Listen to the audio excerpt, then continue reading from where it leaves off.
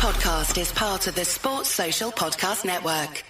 Hello and welcome back to another episode of the Cardiff Central podcast after the Blue and Blacks went desperately close to getting a win against Munster on Saturday. We'll be discussing whether it's 2 points lost or 3 points, 2 points gained or 3 points lost for Cornel van Zyl's men, as well as Tony has made an actual tinfoil hat. There's snapped posts at the Arms Park, and who on earth is going to play at centre against Connacht on the weekend?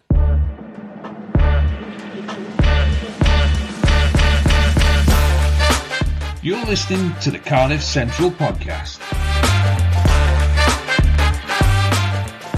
Joining me on the panel this week is the aforementioned Tony Esposito. Tony, how are you? I'm all right, thank you very much. It's good. We've got Andrew Ford. Fordy, how are you? Yeah, good, mate. Would like to be a bit happier after the weekend, but good, all things considered. And Simon Jones. Simon, how are you? Yeah, all good, thanks, mate. Good stuff. Right, we'll get straight into the action on Saturday night then. It was Munster 23, Cardiff 20 at Thomond Park. A tense first half with yellow cards for Josh McNally and Gavin Coombs. Try apiece made it 5-5 at half-time without any conversions. Tom Bowen scored twice. Dermot Barron and Coombs scored for Munster in the early part of the second half, but Munster just eked out an unassailable lead with Jack Crowley's boots knocking over a penalty and a drop goal late on, although Bowen did complete his hat-trick for 2 consolation losing bonus points. A couple of 3-word thoughts, a mixed sort of response. A couple like Robert said line-out needs work, Mark said poor game management, Tom went with can't kick goals, and Rob said errors cost us. There's a little bit more positivity from guys like Paul, who said grit and grace. Dav said fight and enjoyment. And then Hugh summed it up with so fecking close. Tony, coming to you first, your general thoughts on the game? I thought we played really well. Obviously, there are still moments where we look a little underpowered at times, but we took it to Munster at their patch where we don't get a lot of positive results, and to come away with 2 points, I think, sets us up for the rest of the block pretty well. Like we were talking about how losing now could have been a bad start to the block, but we've got 6 points from 2 games. That's good in my book. Fordy, your general thoughts? Yeah, no, I was very happy with how we performed. I thought, especially at the start of the season, I thought we could be going into this game getting potentially a bit of a hammer in, and I thought we played quite very well. And often enough, we really switch off. There were definitely a few silly errors made, but there was no major error. You can argue maybe the kicking could have been a bit better, but I think we did stay in the game for quite a lot of it and kind of fight to get those 2 bonus points at the end. Kind of demonstrated that we didn't switch off completely. And Simon? Yeah, I mean, as Tony said, it's not a place that we go and get particularly good results. Watching the game, I didn't think they were necessarily that much better than us, which I don't think we can say for a month. You know, you'd expect to go to Thomond Park and get beaten up a little bit, and I don't think that happened. I thought it was really even, to be honest. Watching the game, I was like, well, kind of how we lost it. I think there were just a few key moments, as you say, where we kind of went to sleep a little bit or a bit underpowered. But overall, I felt it was 2 pretty even sides, and considering the general feeling around Welsh rugby of we're not good enough going out there and matching them, even though they've probably got players missing, but we've got players missing as well, and coming away with a really even performance, maybe a little bit unlucky. And I thought Thomond Park seemed very quiet at the end, and I think they generally realised they maybe got away with one there, because it was the same as the Lions. I thought we defended really well for large stages of the game, but we just gave them chances in our 22, especially 5-metre tap penalties, and we just wilted a bit on our own line. But I don't think there's much to be negative about, if I'm honest. I just felt, yeah, maybe it's the one that got away, but were we expecting to win out there? I don't think any of us really would have predicted that. So 2 points is a bonus, and I don't think that's being kind of negative or unambitious. I think it was just it was a good performance. I don't know how we didn't win it, to be honest, but there we go. Previous years, though, we wouldn't have won it and we wouldn't have come away with anything. We would have fallen apart in the last 5 or 10 minutes chasing the game. And and the fact that we went right to the end with another superb try from Tom Bowen, just epitomises what that squad has been doing for the last couple of years. There was, I can't remember how many turnovers there were in R22, but there was one superb by Alex Mann at some point. Like just the fight that they're showing, because it's not been an easy preseason, and the weather looked horrendous out there. So yeah, to come away with 2 points, it sounds defeatist, but it's 2 points that we wouldn't have got 2 years ago. Yeah, I think we'd have fallen apart in that 10-minute sin bin. Yeah. We were 5-0 in that period. Yeah, like that's unheard of for us. We'd have shipped 3 tries and then been brave for the rest of it, trying to come back and forcing the play and then conceding another try. So we probably would have got a losing try bonus point with a kind of pat on the head of, oh, don't Cardiff play nice rugby? But thanks a lot. We'll take 7 tries against you, and that's it. And I think those 2 sin bin periods in both games have been really impressive, because we haven't wilted at all and haven't taken a backward step physically in those periods, and we haven't let opposition sides necessarily get that close to the line through open play. So I think there's a lot to be positive about. Yeah, I don't disagree with any of that, to be honest. I think the major point there is that final try that's not a try that we would have scored previously. In that moment where we know that, well, in our minds, I think we're still in it to win it. We scored the try actually before the clock turns 80, so I'm not sure if there should have been something there where we should have been allowed to kick off and give it a go. But certainly we know that we need to score a try to take anything home. There was no panic. There was no like chucking miracle passes or alternatively tightening up and stopping playing and just trying not to make a mistake. They went to attack as they have done all game and scored a really good try. And I think that's something that we certainly haven't done at times, particularly away from home in Ireland as well, somewhere that we do historically struggle. And, I think after the game, there was a few comments like the frustration, you see in a couple of the 3-word comments there about a little bit of frustration from some saying we've thrown that away. But you don't want to keep sort of dumping down on Welsh rugby and giving people excuses. But there is a very big resource difference there between us and Ireland at the moment. That Munster squad is built with a lot more money than we've got available to us, and they've got, even with, as Simon said, we've both got players missing, but the depth in the 2 squads is quite stark, where we're looking at teenagers coming off the bench and trying to mould inside centres into outside centres, and don't have a recognised second row particularly on the bench either, with Ben Donald sort of covering there. Meanwhile, there's a lot of very good, very experienced professional rugby players on that Munster bench. So, yeah, it's certainly an overall positive outlook, I think, in a couple of days after the game, where you get a chance to sleep and look back on it. I suppose the big talking point in terms of one of the things that did stop us going for the win was our kicking percentage was a very solid 0% on the night. Tony, consistent. Tony, that leads me into your totally factual, not conspiratorial at all corner, for which you've made your hat for. I think there's 2 of them this evening.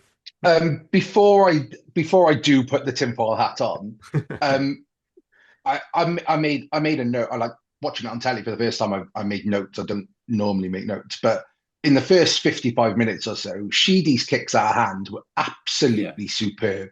There were a couple of cross kicks in there that were work of art, but out of hand, he was brilliant.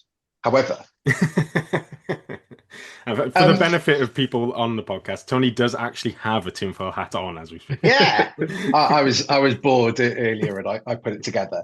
But I genuinely think the squad doing it deliberately, as in scoring in the corner and making the kicks as deliberate as possible, deliberately difficult as possible. So if you look at the cross kick where Josh Adams scores in the corner, the way he takes it and then he turns outwards towards the touchline just to make it another yard further wide. And then the Tom Bowen try that right at the end, I think, or it might have been the one before, it might have been the 3rd try. Millard has a run and he's through and he's clear. And I swear he slows down, so he's tackled, and then we score in the far corner. Anyway, that is Tony's tinfoil truths. And I'm going to try and make that a feature moving forward. But yeah, it's just like you can have a 0% kicker stats. It looks awful, but Storm Amy was obviously difficult because I don't think the Munster 10 kicked very well. Beetham's kick that he took when Sheedy was hurt looked awful off the tee. And then, yeah, we're putting Sheedy in difficult positions for kicks, and I'm going to completely ignore the one he missed in front of the posts, just for that. So I've now taken the hat off. I think it was Johan Lloyd who took the last one as well. So was it Johan Lloyd? Oh no, Beetham had one as well, but and then Lloyd missed one at the end. So yeah, it was definitely a tough evening for kickers. But I do think you're absolutely right that people will say, Sheedy, why are we picking him? He's not kicking very well. But the other side to that is of the 4 tries, we don't score 3 of them without Sheedy on the pitch. Like the kick through for Adams is incredible in the face of that rush defence. The little sleight of hand to put Bowen in for his first try, and having done it just before that as well, to put Adams through to get us onto the front foot is a really delightful touch. And then the kick for Bowen for his second try, that's all off the cuff as well. I don't think anyone's expecting Man to get that ball off the floor. Teddy flicks it back really nicely, and then Sheedy produces that kick, which, I mean, Bowen makes it look really good by diving in on the catch. He possibly could have just let it bounce and picked it up and scored as well. But obviously we're here for like television moments more than anything. The Adams one especially, because Sheedy juggles it beforehand, so he's got to readjust and drop it on his foot and put it inch perfect. It's just such a good kick. Yeah, I think that pass from Jennings felt a bit like shipping it on. Kind of not great ball. I think the commentator kind of went, "Oh, there's a double pump there," like it was a dummy, and I was like, "Was it a bit of indecision?" So I think he just got a horrible ball, and he just made knowing where your wingers are. And I think I agree. I thought he was outstanding. I know he's had a bit of a hard time from some fans last year because of his kicking percentages, but I don't think you can doubt what he brings to the team. I thought he was superb going forward. Bordy, my question, I suppose, a little bit, just watching the game back and thinking about how I was on the evening, is that at no point did I actually think, though, that the Cardiff were going to win it. I thought we were playing quite well, but I didn't ever feel like we were going to win it. Is that sort of the next step now, maybe, for the team, that they just need to have the confidence to believe they can win it, those sort of games, and get something out of them other than like a sort of brave losing bonus point or 2? Yeah, I think it was braver than the usual bonus points we're used to. The kind of fight at the end to get that 4th try. But yeah, I do think the game was almost there for the taking at times. It was just a few silly errors, and I think I made a point on the group chat at the time was when Jack Crowley goes for his drop goal, which I thought was really good game management from Munster. It pains me to say. I think it's Munster number 6, might be Tom Ahern, kind of drops a shoulder to Tame Basham. And I think there was almost, I don't know if he makes any contact, but he definitely moves in Tame Basham's direction. Tame Basham was getting quite a bit of speed going. Don't know whether he'd have charged it down.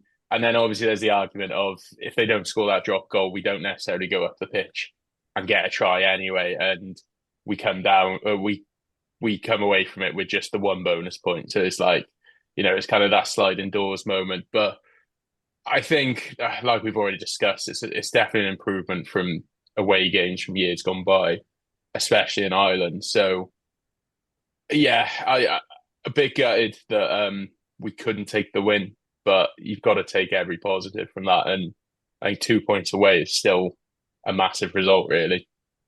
There was another one from Lloyd to Adams. There was like 2 inches off being a perfect pass. I think it was just behind Josh Adams, and he would have been away through. I think it was like in the 70th minute or something.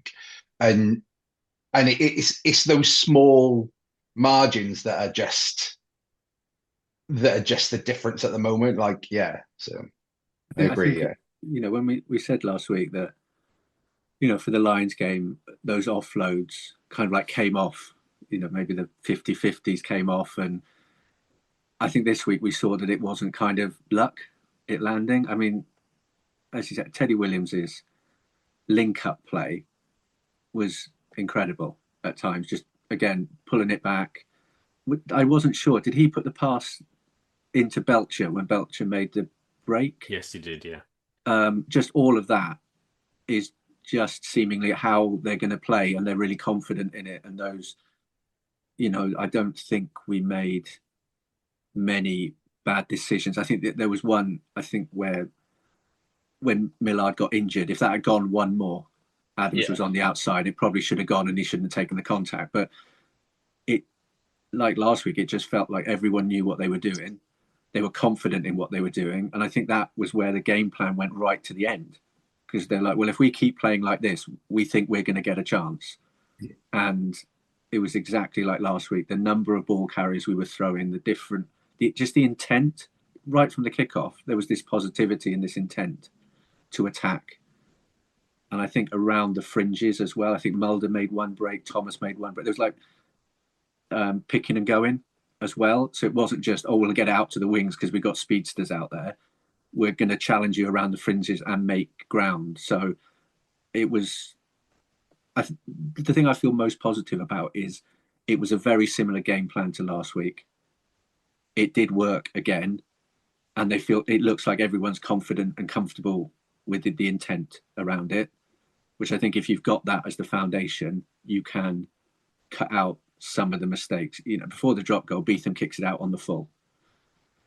You kind of go, okay, difficult night, but if we cut those things out, I don't know what the penalty count was in the end, but it did feel like we gave them some easy entries. So,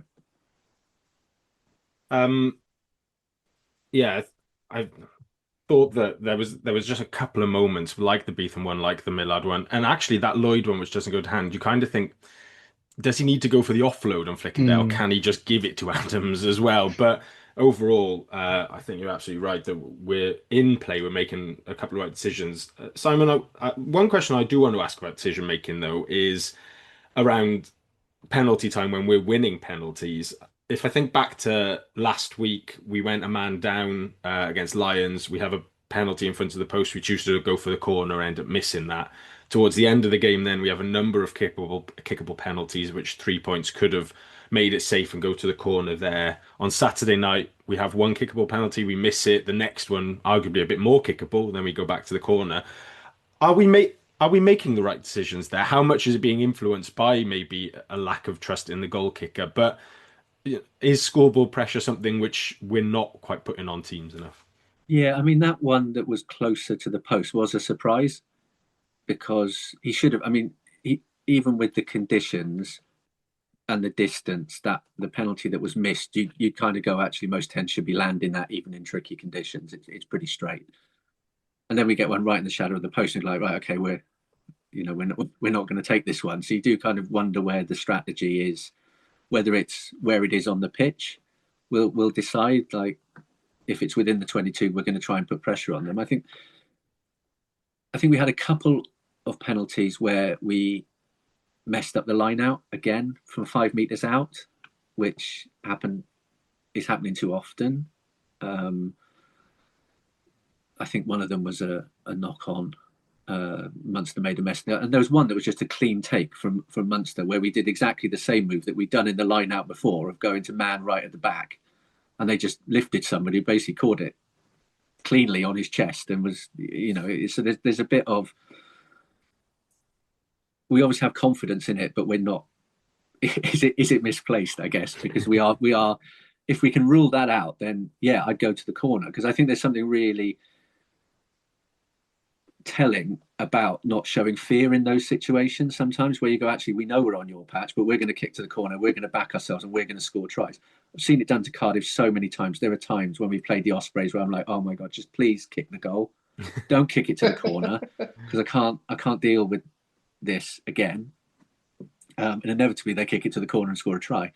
So I think there is something around early on in a game going, we're confident in what we can do. I do think the kicking of the penalty when we did have a one and missed it was probably the right decision at that point. So I think we do need to mix it up. But I mean, the one with the Lions before half time was frustrating because we're down a man, and you can eat up time as well at that point by taking a penalty.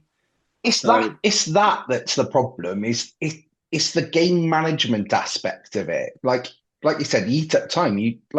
It's 60 seconds plus that goes at that point. You're right, Simon. Sorry.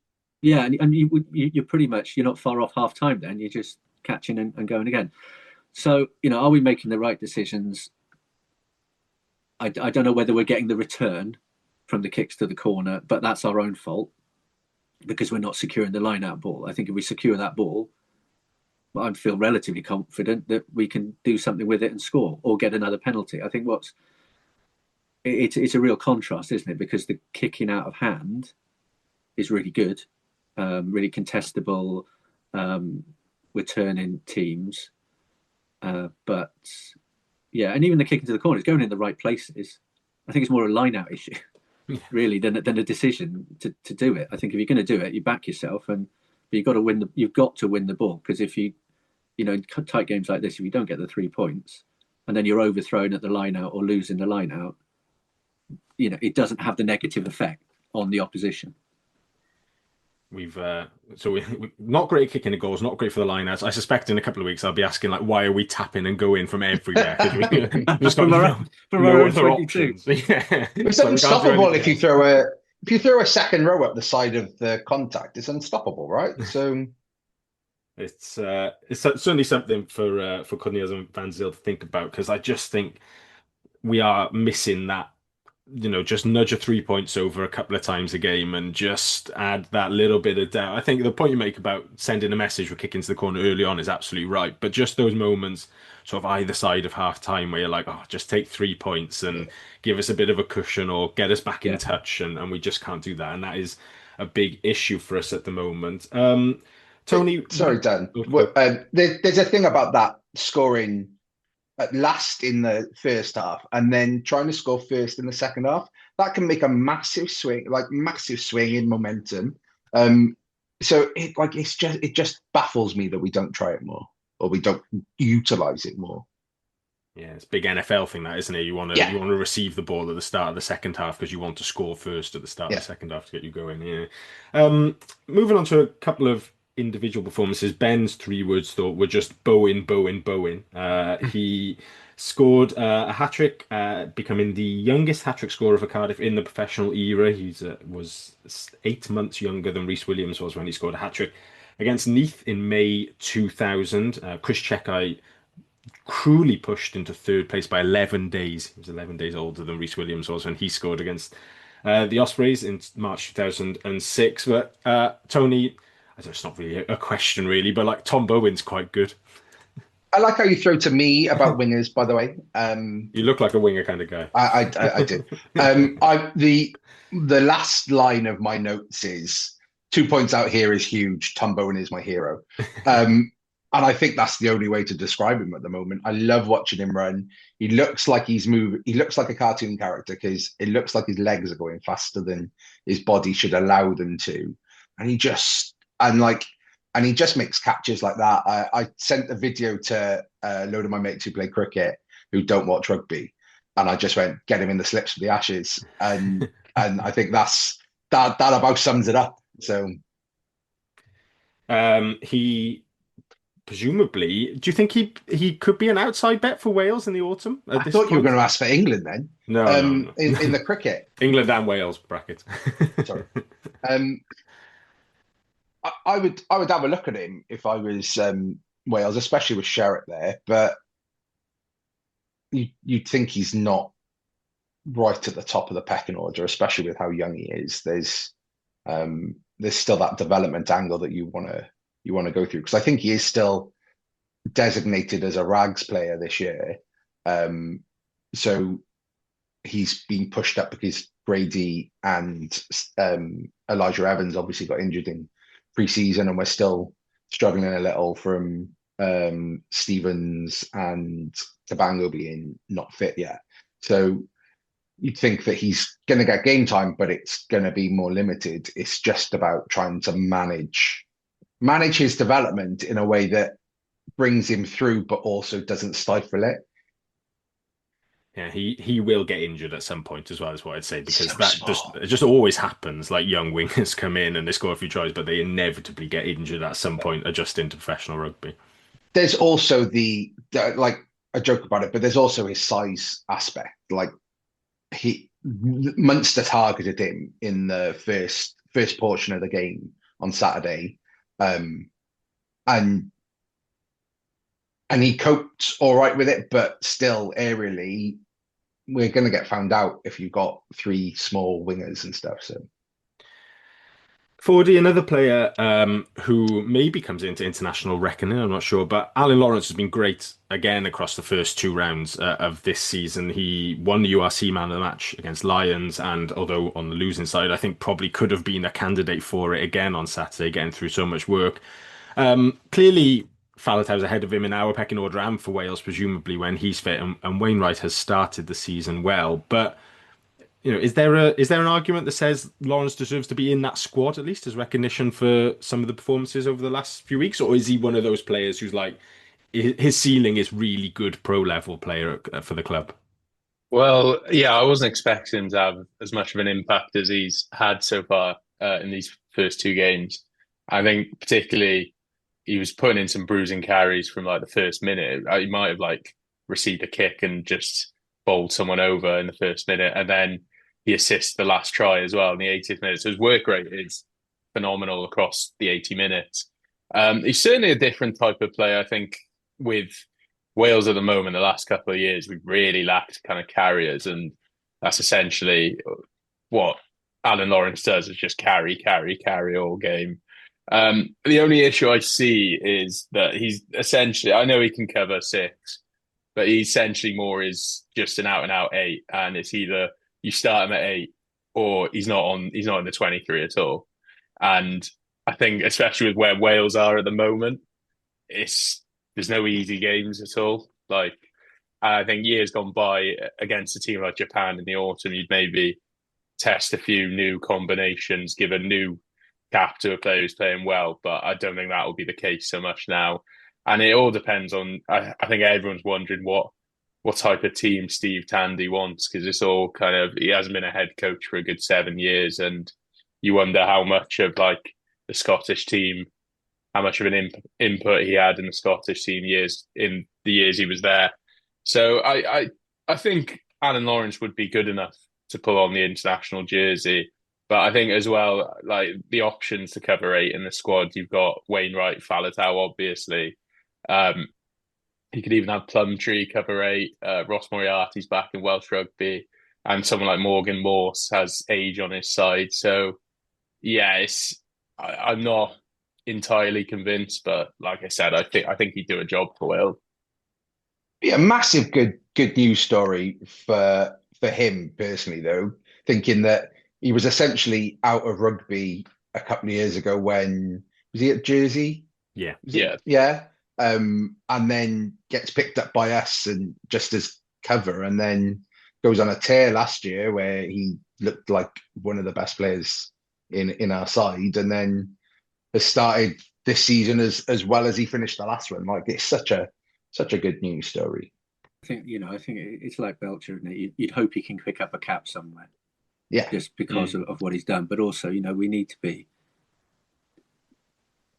everybody wants, the ultimate aim is to play for your national side and to get that cap and to tour with the Lions or something like that. But we've got to be careful that we don't end up in Welsh rugby as that being the only reason somebody should play for a side, and we've got to, I'm not for a moment suggesting that's what this question is hinting at, but it is the risk with the new way of things and the potential future that it's only if you are potentially going to get that cap should you be kind of at the elite level. And I just think it's Alan Lawrence, Belcher, Millard are all great examples of being a really top quality club player at the top end of the professional game as well. Is a really high standard, and we should celebrate that as well. And that's just I guess it's just I'm throwing forward a bit to what might come down the track with two teams or three teams that we end up. Well, why is that person playing for Cardiff or for whoever we end up whoever we end up being called, not we, but the collective we of Welsh rugby, because they haven't got a chance of winning the cap. Well, because you need players like Ali Lawrence, you need players like Millard. They probably become more important as well if there's only two sides, because the internationals would be away for a decent chunk, you would still imagine. So you need players that you can build a team around week on week on week on week, and that can drive you through. And if you look at the players that are really, Dan Thomas was excellent on Saturday, and there was no reason for Basham not to play, but I thought he was superb. Even when he came on against the Lions, won that turnover. Got some great turnovers on Saturday as well. You need those players that are the glue that hold the rest together. My concern is that we end up going down a route of, well, what's the point? And we lose those players from the Welsh system who are just, I think, really important. I think if you look at Leinster these last 2 weeks, there's a danger there that for a long time they've basically been the national team almost, Ireland, with like a sprinkle of a couple of the others. And for a good period of time, they did have those sort of good quality pros underneath. Rhys Ruddock, played about 4,000 games for them over 20 years or whatever, but never really got a look in from Ireland. And there's a couple of others like the Byrne brothers who were never fully involved. Luke McGrath, the scrum half, played a load of times for them as well. Those guys have kind of gone away. And the all-encompassing focus on the national team of the last few years, this golden generation, means now the Leinster squad players that are left are not at the same level as they were. And that's going to have a knock-on effect for Ireland then in a couple of years then, when they're not bringing through the good enough players at test level. And so, I agree. Like, I was just looking at Alan Lawrence now thinking, I wonder how many times he's played for Cardiff. He's played 51 times for Cardiff. And it's like, he's been away for a while. He never really got a proper look in that first period he was here, which that's another story about giving lads a proper chance as well to establish themselves in the first team when they're around that age. But, he's just quietly crept up to 50 appearances without really you kind of noticing, and that's the sort of players that get you into the playoffs at the end of the season and get you into the latter stages of European competition as well, where then if you have a Faletau who's fit or whatever, he comes in and wins it for you. But you cannot forget about that level underneath the national team where solid pros are basically the ones that win clubs the trophy, which then give the national team the chance to go on and be successful. And it allows Faletau not to play week in, week out, because there's confidence in what's, that middle group, that if there wasn't confidence in that, we would have to pay Talupe week in, week out, because we wouldn't have it. So, it's to the detriment of the Welsh game that we lose. I'm not saying that we will, but if we end up without that really good top level professional player that maybe won't get 50 caps for the international side. As someone who stands in the crowd, he's the perfect sort of player that I want. Josh Navidi used to be like this before Gatland discovered him, because he lost 3 number 8s in the build up to the New Zealand game. But Navidi would turn out week in, week out, and he would make carries and he would make tackles, and they would get the crowd going. Like, as a crowd, we are naturally quiet, no matter what as a overall thing. But when something exceptional happens or a player does something on the pitch, then that's when we go, and it's then becomes that cyclical thing of the crowd's up, so the players are up, so the crowd gets up further, so the players get up further.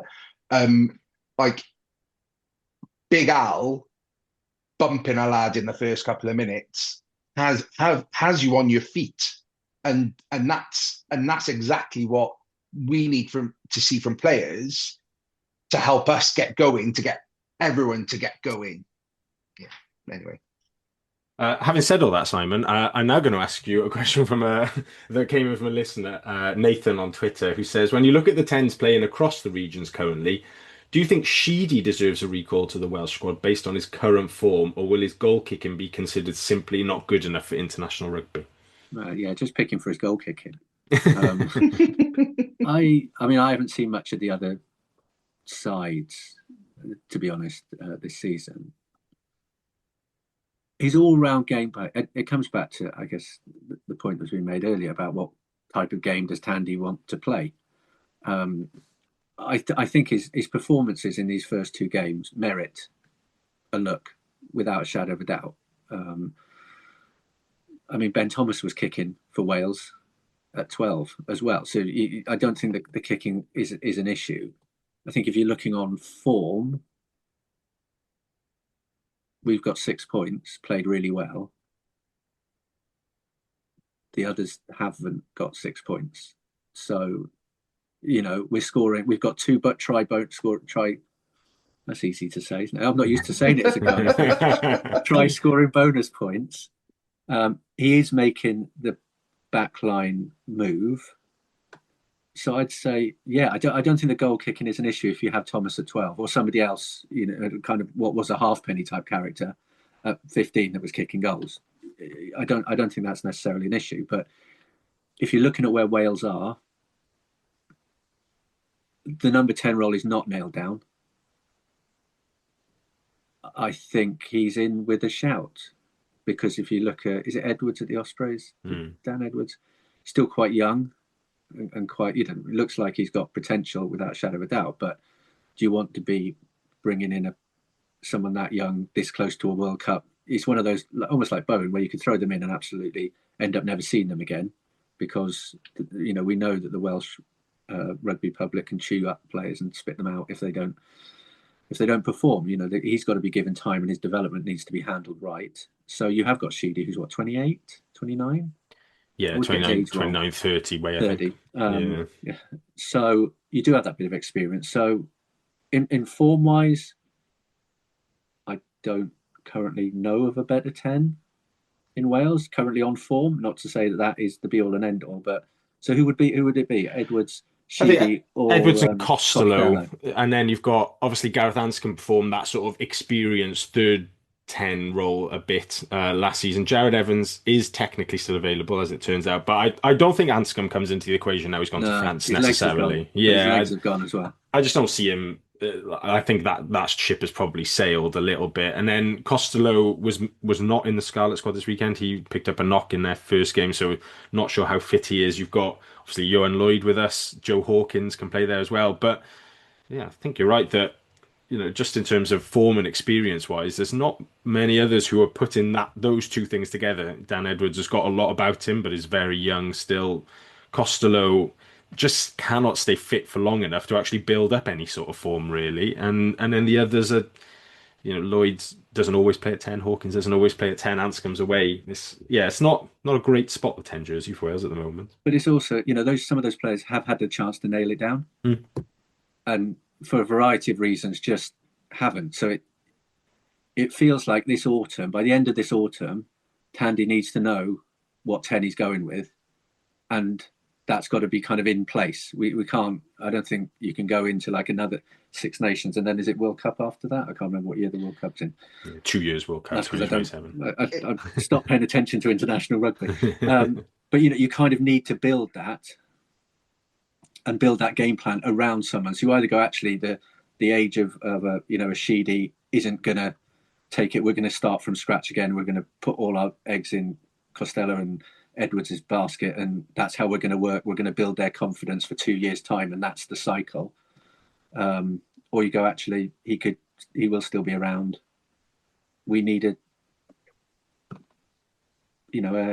sensible head, an older head at 10. You need somebody that can work with Thomas as well and bring out the best in him, which I think is probably a bit more of an attacking 10. I think so. Edwards was the 10 when we beat Japan.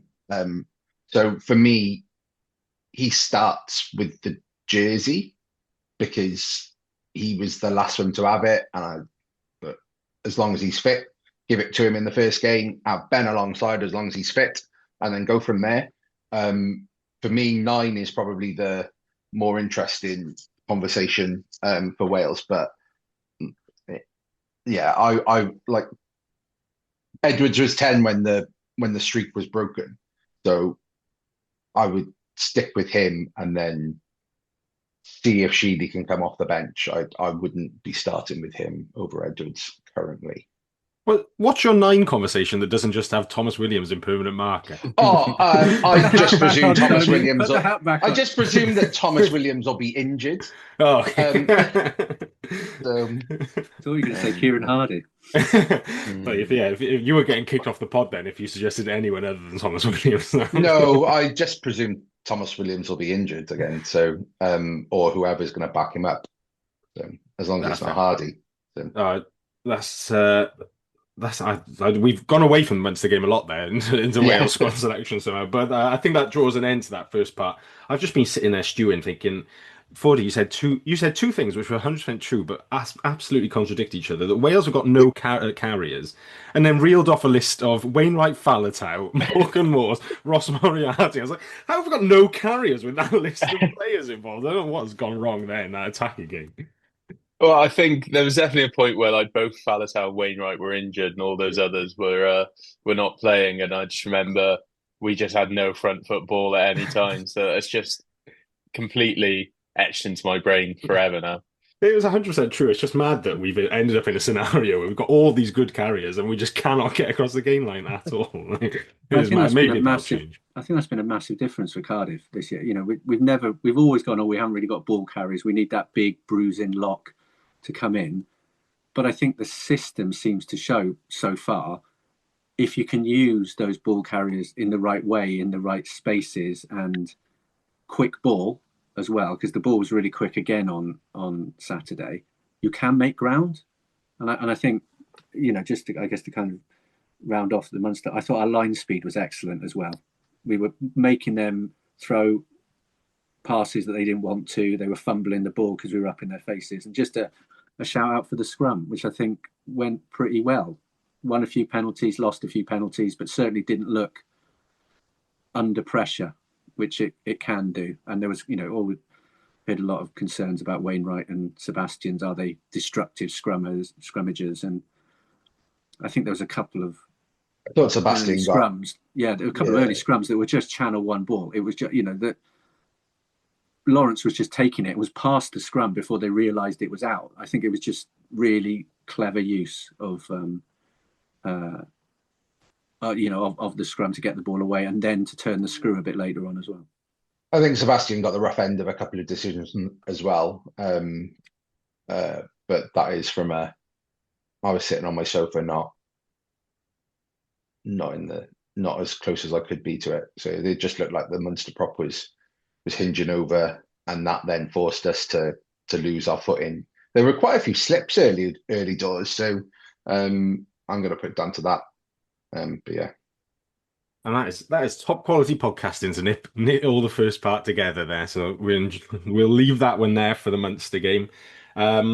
Moving on to news, there's only one piece of news which has been slightly altered while we've been recording this podcast, which I'll get onto now.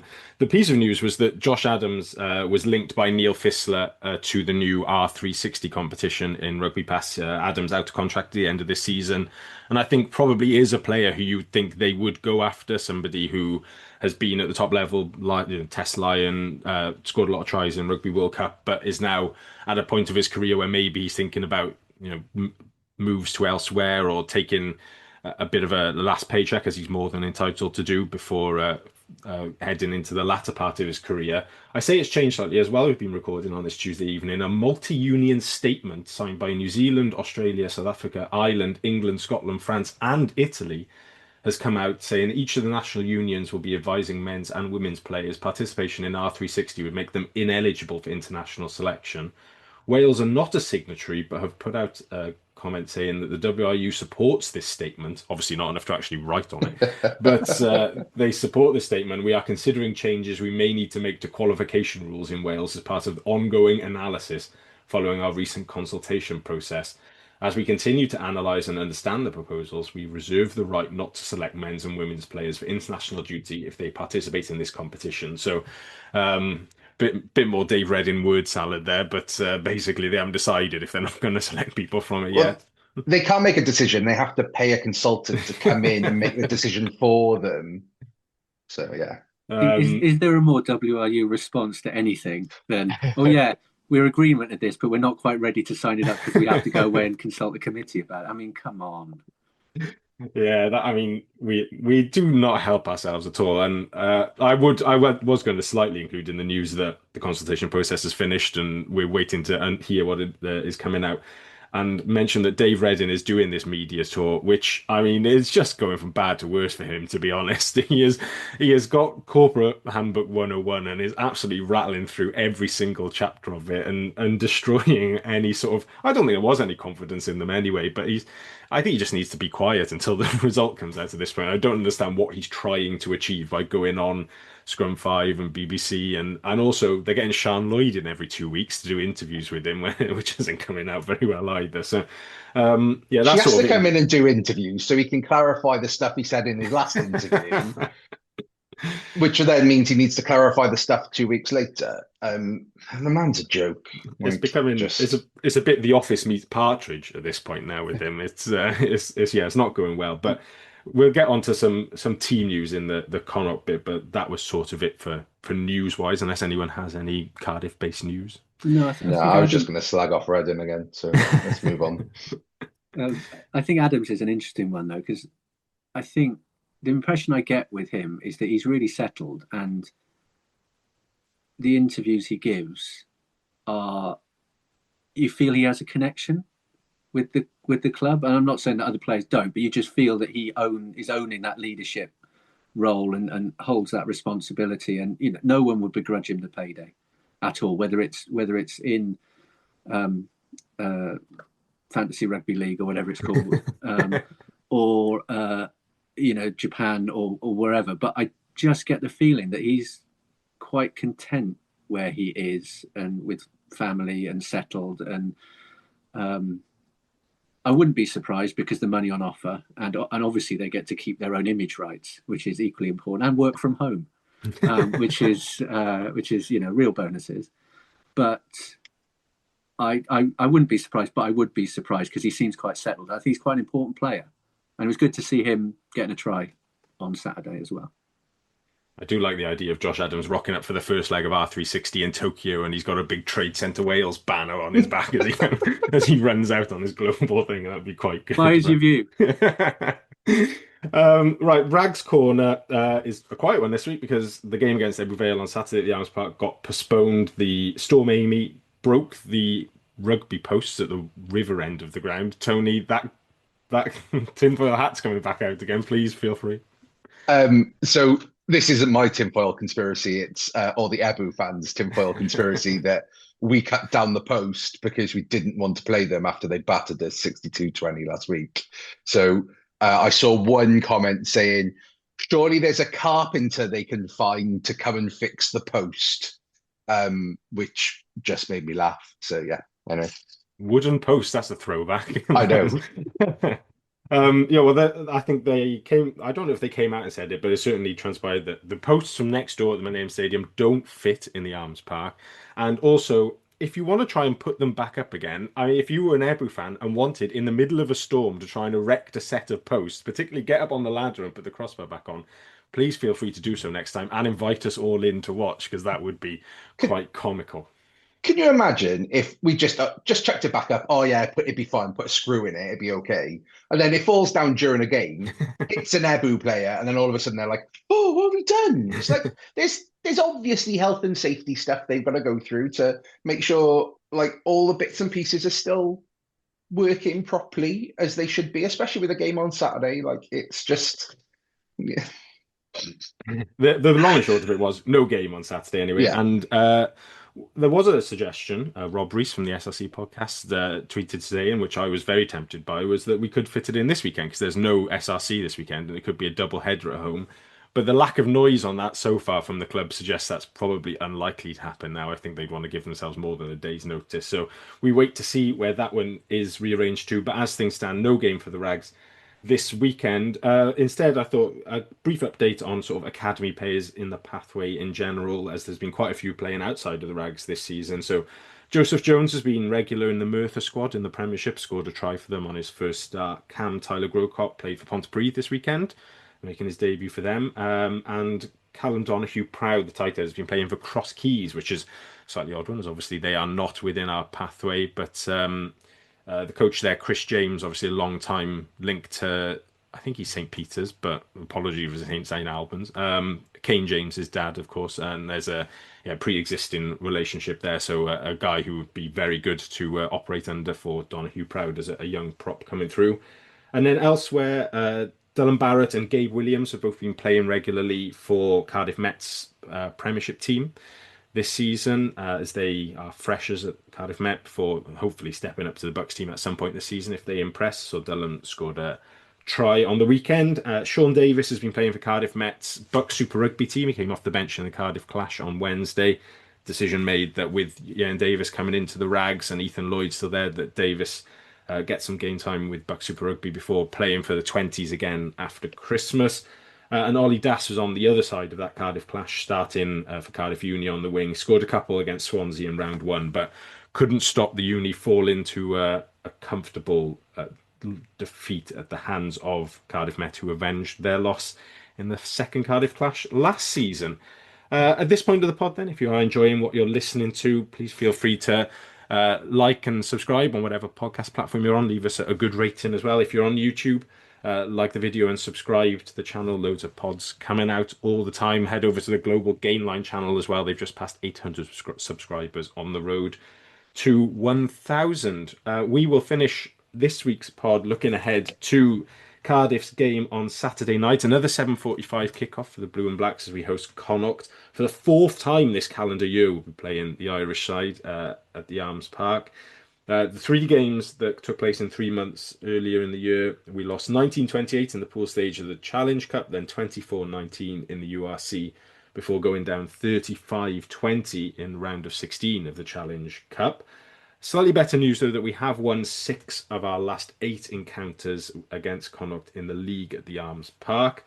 Connacht beat Benetton in round 1, but didn't play last week because the Scarlets purposely drove their plane to Manchester, blaming it on wind, but they just obviously didn't fancy it, and so they didn't have a game. Their team report says that Mac Hansen is back fit after his exploit with the Lions over the summer. Their previous week team report said that Bundy Aki and Finlay Bealham are returning to training, but no mention of either of them this week. So, I mean, like, if they do play, great, because you get to see good players, but more fingers crossed they don't play after Aki really put us under pressure in that Challenge Cup pool game earlier in the year.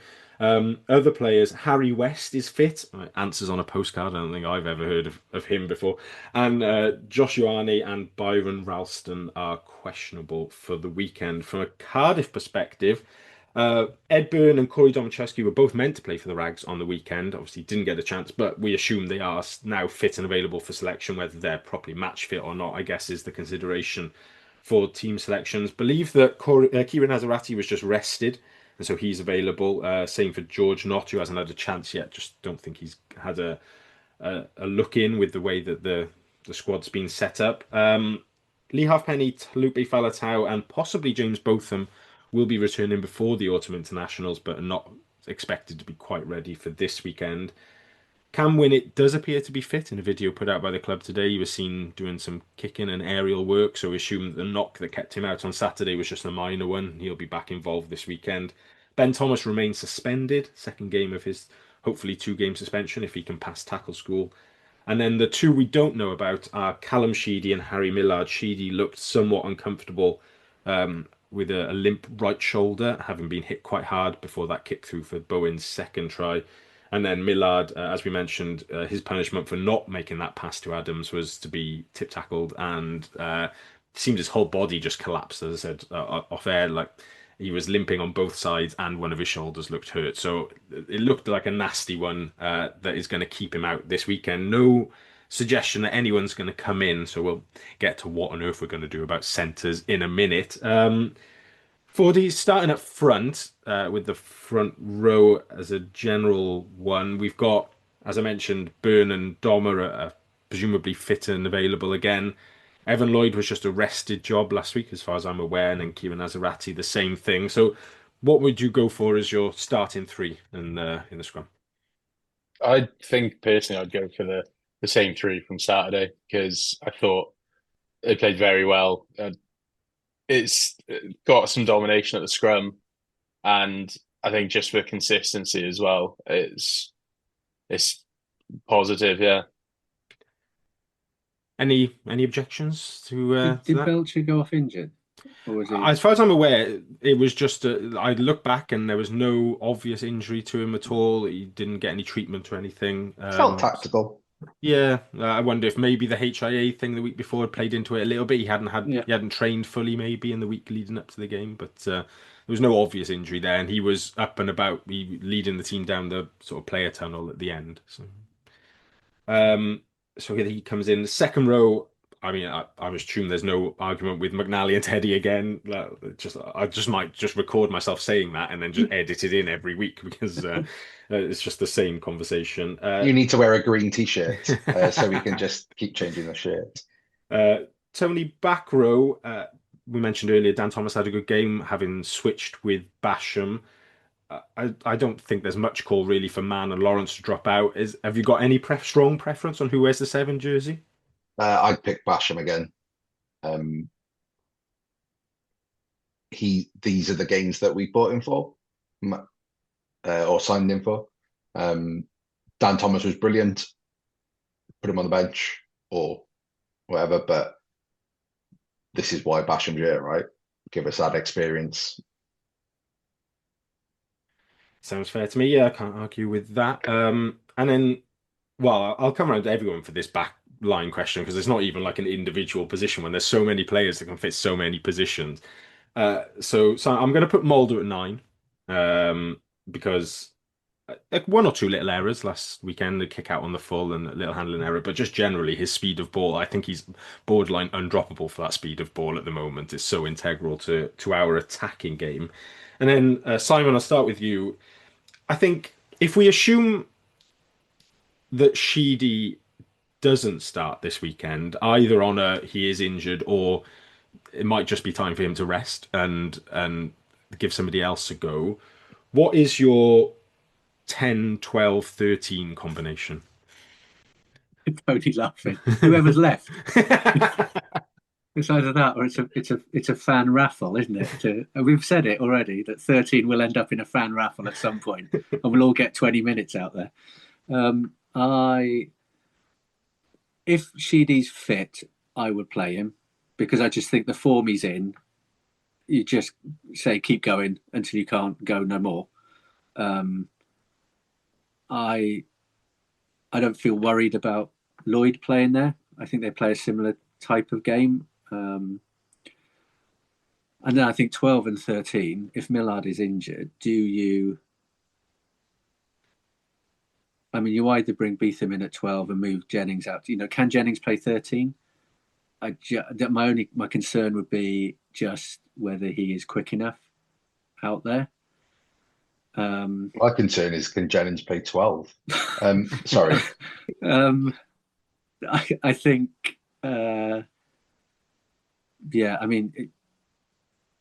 if Jennings can't play 13, do you put Beetham out there? 13 is such a key position in terms of what Millard's done really well in terms of, and Ray did it for years, that kind of spot blitzing and really kind of bringing the defence round to cut out the ball getting out wide. So it's not a position that you can just, and the other thing, I guess the other one is, do you move Adams in 1, which I don't think anybody is particularly a fan of him playing at 13, but he has played there before. I would genuinely go with Emmanuel at 12. I just think I understand why Jennings was picked on Saturday, but I think you've got to just show some trust. And we're at home, we are playing well. Why not give him the go? Maybe have Jennings on the bench. The other thing is, can Lloyd? There was a talk about Lloyd being a 13 as well, but I don't think he's played there for a long time, if at all. So this was the position we always knew, we predicted we'd get in.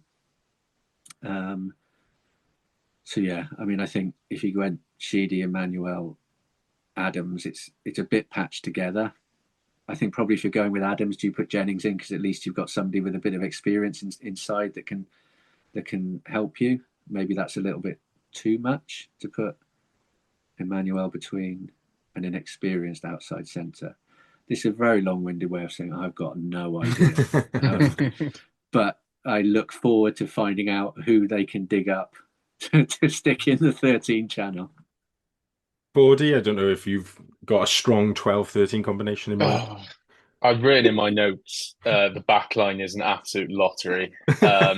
So with my view, I kind of think I'd be more comfortable having Adams at 13 and someone like Beetham on the wing, or like someone who can kind of just slot in at wing that can do kind of the backfield covering, rather than the reverse of having someone like Beetham at 13 who's barely even played centre as it is.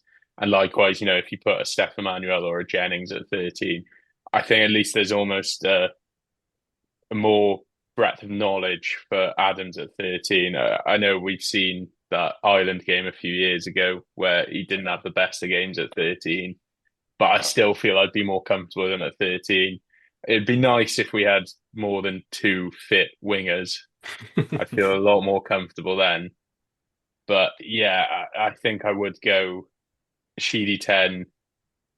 I'd be tempted to go for Broke and go for Steph Emmanuel at 12, just give him a chance at home to just kind of go for it. It'd be a different story if I think Bundiaki's starting. I'd just be worried in general for anyone who's playing centre.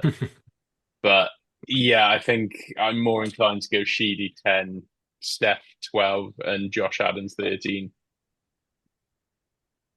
Tony, I don't know if you've got anything to add on that. I mean, I agree with Fordy that for me it would be Steph at 12 and Adams at 13 with Winnett and Beetham doing some sort of jiggery pokery. But I guess the other option that you have is the bus.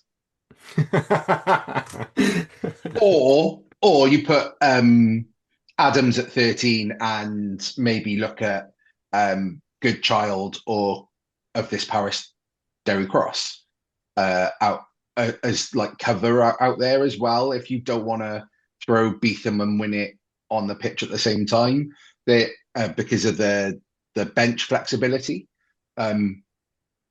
The bus is Jason Harris, just for anyone who's not up to speed on Rags nicknames. That having he ran the Cardiff half marathon last week, mind, and he's going to come in and play against Connacht on Saturday night.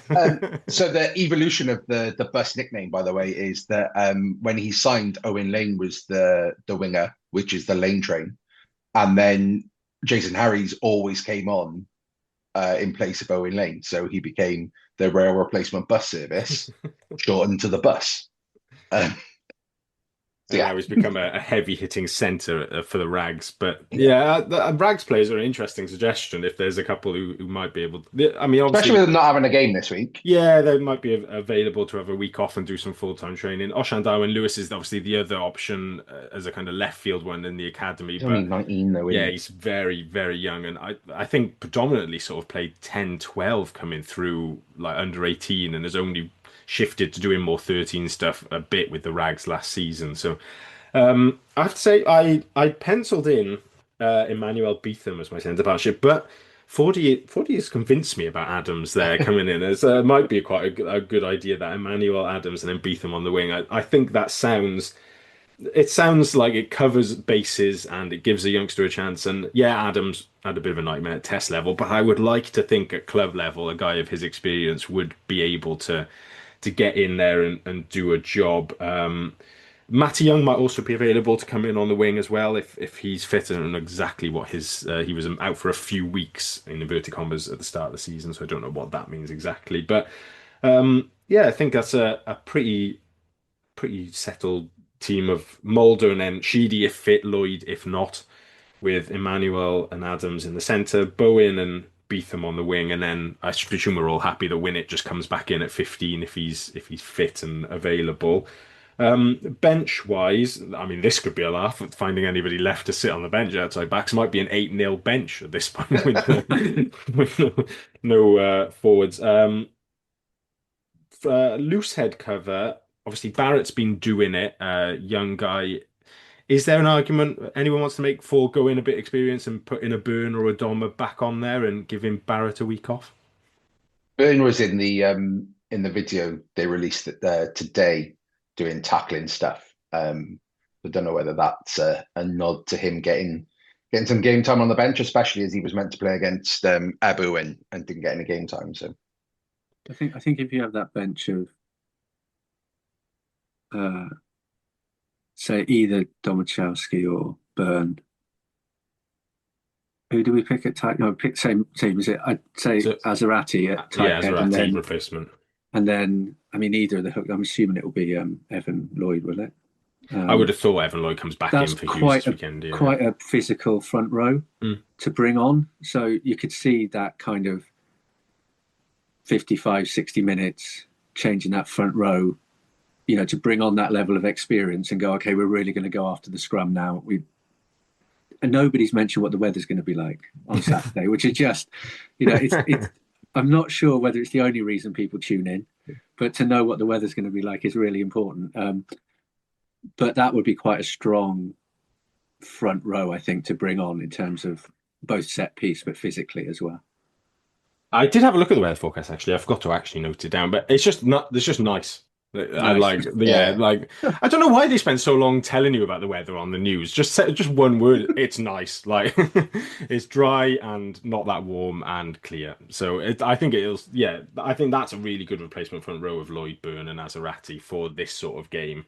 If we have Donnell and Thomas, then 19, 20, and then I guess how we put the bench together, if Sheedy isn't available and Lloyd has to play at 10, I think you have to go 6-2 then, because I don't really think there is anybody left to sit on the bench. You'd have to go with Ali Davis and Jennings as your bench options. If Lloyd is available for the bench, if Sheedy starts, then you could still get away with a 5-3 with Lloyd and Jennings as your outside backs, and Donald and Thomas. Tony, you're pulling a face. No, I just had a flashback to pre-season where Ellis Bevan ended both pre-season games on the wing. So we have to be 6-2. Can we be 5-3 with 2 scrum halves on there? We could. That I would feel unusual to like do that as a ploy, but maybe that's but with Bevan covering scrum half, Jennings covering 10-12.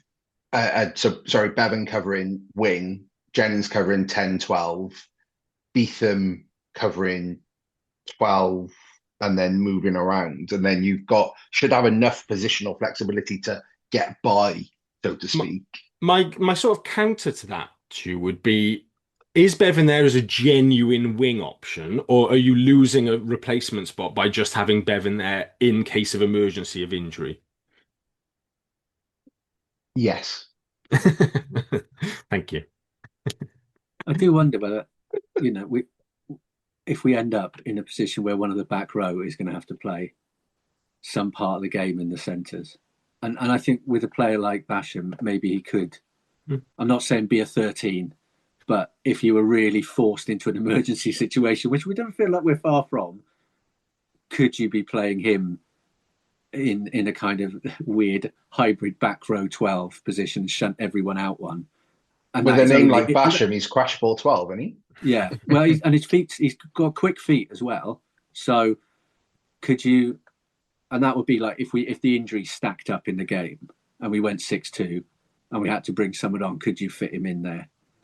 I'm not saying that's, one of these genius international coaches that changes somebody's complete career trajectory because they've seen something in them. But if it comes to that, he's probably the back row that you go, okay, yeah, I think you could probably, last 10 minutes or so towards the end of a game in that position, and maybe we wouldn't be too exposed. I'm not saying he should start there. There is something of the Ben Earls about him that could do that sort of that hybrid job if you needed him to, and a bit of Ellis Jenkins as well. He obviously used to that one game against Stade Francais where he played every position on the pitch, I think, bar Waterboy. Right, so I'll run through what we've put together just about. We started 1 to 15. Danny Southworth, Liam Belcher, Javan Sebastian, Josh McNally, Teddy Williams, Alex Mann, Tame Basham, Alan Lawrence, Johan Mulder, and then Sheedy if fit, otherwise Lloyd, Bowen, Emmanuel, Adams, Beetham, Winnett, as the back line. And then a bench of Evan Lloyd, Ed Byrne, Kieran Azarati, and then Ben Donnell, Dan Thomas, Aled Davis, and Rory Jennings, definitely. And then Lloyd, if needed. Otherwise, you probably switch to a 6-2 and put Knott or somebody like that, or Thornton on there as a genuine second row cover. It's makeshift. 40, can it win, do we think? Yeah, 100%. I'll just say that. Confident. I like that. Simon, what do we need to do to get at Connacht, or is it just a case of if we go and play our game, we go and win that one on Saturday night? We've just got to beat them. We've just got to beat them. At some point, we've got to stop playing Connacht, and we've got to beat. They're always a tough side. I do have massive respect for Connacht because they are sometimes not given the resources that others are, but I think. I think other Irish sides are experiencing that as well, maybe. But they come with a game plan. They're tough to beat. They're going to be tough to beat on Saturday. They're going to be really well organised. Aki is a really important player for them. I think if he's not playing, they are a slightly different side, but they did us 3 times last season. And it was really disappointing, kind of all 3 games. Like the one in Europe at home, we didn't really show up. We just let them wander off with the game, and we're like, "Oh, we've lost that." I think away in the URC, there was weather, which surprised us again in Connacht, and we just couldn't reel them back in after half time. They played the conditions much better, and then the other game, the quarterfinal in Europe, it was just a bit of a strange performance. Didn't feel like we had the confidence. I think we've got to beat them. I think we've got to win our home games. I think the promise so far, if we win this game, we go into the Dragons game with a spring in our step, and it doesn't matter as much to us as maybe it would if we've lost. And I think going into that with, what would be 10 points with a straight win, and I'd take a 6-3, to be honest, over Connacht. That makes the Dragons game a little, but I think that's going to be a really tough game out in Rodney Parade. So I think if you're going to target a win, it's this one. Don't see any reason why we can't, but I felt like that every time we play Connacht, and we don't beat them. Tony, Connacht games tend to be, we're quite similar, I feel like, as a 2 teams, but I always feel like they produce these sort of like niggly forwards who you've never heard of before, but they just rock up and like have really good games.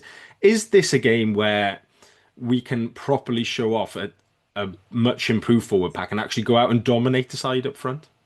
If we play like we did in the pre-season game against Leinster, whatever team they put out, and the first 2 games that we've played so far, like we've definitely got the ability to do that, especially if the pack isn't changing that much from the Munster game where we were really good up front for big portions. Like there were errors, as we've talked about, but we look like a side who can get at teams up front now, and that's something that we've not been able to say of a Cardiff team over years.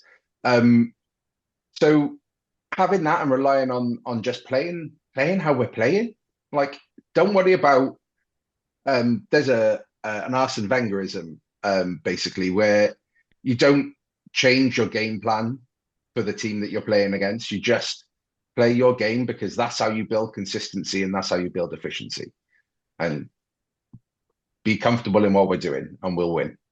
Just win, baby. I think what will be interesting is, we are going to change. The centres look like they're going to have to change. One of the strengths, as I said, has been that speed. I mean, Alex Mann's MO's is starting to become like running through lineouts to push over scrum halves. But I think that is the intensity and the intent that we've been playing with, is really get up into their faces. I think Crowley chipped over once and regathered and went. I think we'll probably see teams starting to try and work us out by trying some of those chips. So that kind of sweep behind whatever the kind of blitz defence is going to be really important, I think, because I think Connacht might well kick the ball a little bit more. I don't know why I think that, but I just think they'll try and pin us, and then we do concede penalties. So I think it'll just be really key that whoever is playing in that centre can maintain that intensity, but the sensible way in which Millard's been doing it, which isn't just blindly running up and getting caught, but getting to the right man and forcing the knock on, or forcing them to rebuild from behind the gain line as well. So I think that's just, a bit of a concern with the change in midfield. And finally, Fordy, is this must win in terms of obviously giving one to Connacht, but also in terms of like playoff and beating teams around you and winning your home games? Like, this, is there a danger that we don't win on Saturday and it could seriously derail us? Yeah, I think it probably is a must win if we want any hopes of playoffs, because these are the sort of games we have to win, really.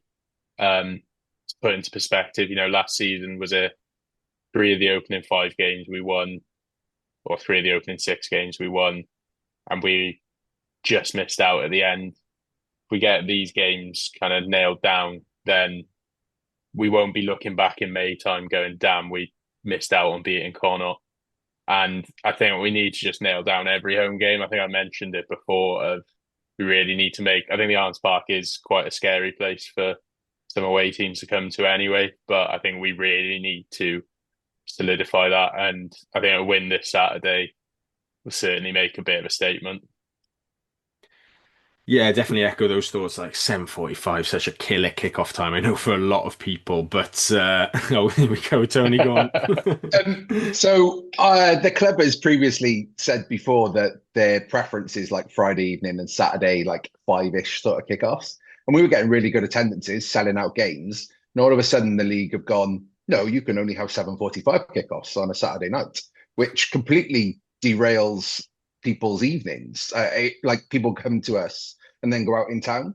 So my conspiracy theory, Tony's tinfoil corner with the hat on, is that the WRU have gone, their attendances are too big. URC, can you give them later kickoffs on a Saturday so less people attend, so we can be more justified in making our decisions to get rid of teams? Anyway, the hat's going back off again. I don't know what this podcast has become.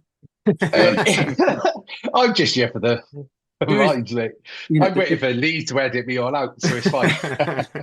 The kickoff time thing is ridiculous. Yeah. So right across the league, that 7:45 kickoff on a Saturday night, it's a TV decision, and it's like now got an 8 o'clock kickoff in the Premier League on a Sunday night, some weekends, or a 7:30 kickoff or something like that. And it worries me just because it is a steady erosion of fans being able to get to games and to maximise people watching a game live. And I think the more rugby, and the television contract is undoubtedly one of the biggest contracts that any league can, and I'm totally realistic about that. But we saw during COVID that rugby played in empty stadiums feels weird and isn't actually as interesting. And I think those powers that be within the URC and within World Rugby and within the unions, at their peril, start moving further to what we're already a television league, the URC, because we've got South African sides, we've got Italian sides. You are watching most of your away games on television, particularly if Transport for Wales can't get you back from Llanelli or Swansea after like 9 o'clock on a Saturday night. But that's another matter. And I do. At least we know to talk to about that now, though. Yeah. Surely our new chairman's got contact. Well, yeah, okay, yeah. We can get the return of the football special for rugby away games. But I, in all seriousness, I think they really need to look at kickoff times, because you're not going to grow the game by having kickoff times that just nobody likes and nobody really wants to go to. And that's, we're going because we're season ticket holders and we go regardless of times, and we'll go to away games. But I just think, It is a serious point, and it does cause a problem for Cardiff. That time. I think particularly, you're right. It's a TV league, and you have to take your medicine with that to a little degree. Yeah. I don't like a one-off 7:45 on a Saturday or one or two a season. It's just how many we've ended up this season. Like, we have pretty much all of our home games up until Christmas are Saturday 7:45, and then after there's a couple like Fridays and stuff as well. I know the club did try and move one or two, but it didn't quite work out. I will try and be around positive. to my thinking. It's a conspiracy. I will try and be positive about it, though. That Rugby Under the Lights is great at the Arms Park, so do come down and experience that if you can.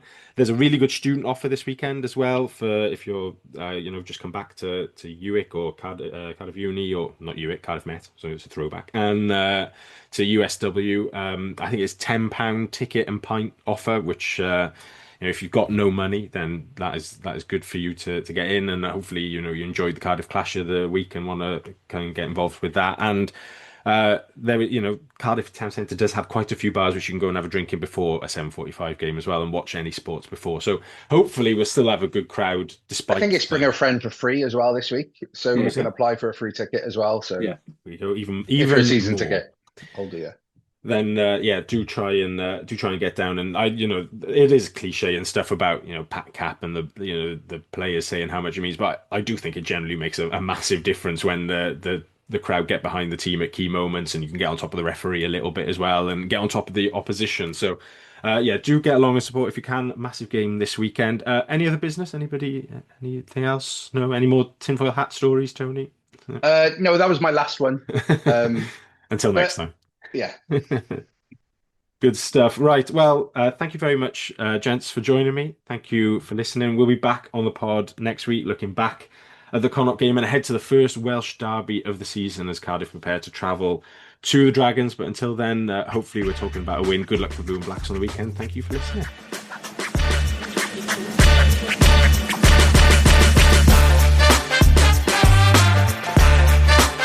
That was the Cardiff Central podcast. Please rate, review and share us on socials if you can, and join us again next week for more of the same. And until then, enjoy your rugby.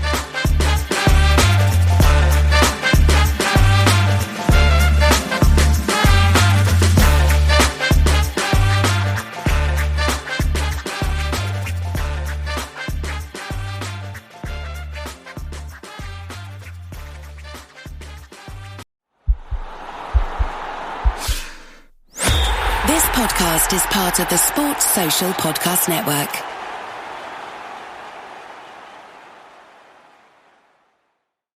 When your company earns unlimited 2% cash back on all purchases with Capital One, that's serious business. So Stephen at SandCloud got a serious business card, the Spark Cash Plus card from Capital One. We used our 2% cash back to help build our retail presence. Savvy, Stephen. And we get big purchasing power, so our business can spend more and earn more. The Spark Cash Plus card from Capital One. What's in your wallet? Terms and conditions apply. Find out more at CapitalOne.com/SparkCashPlus.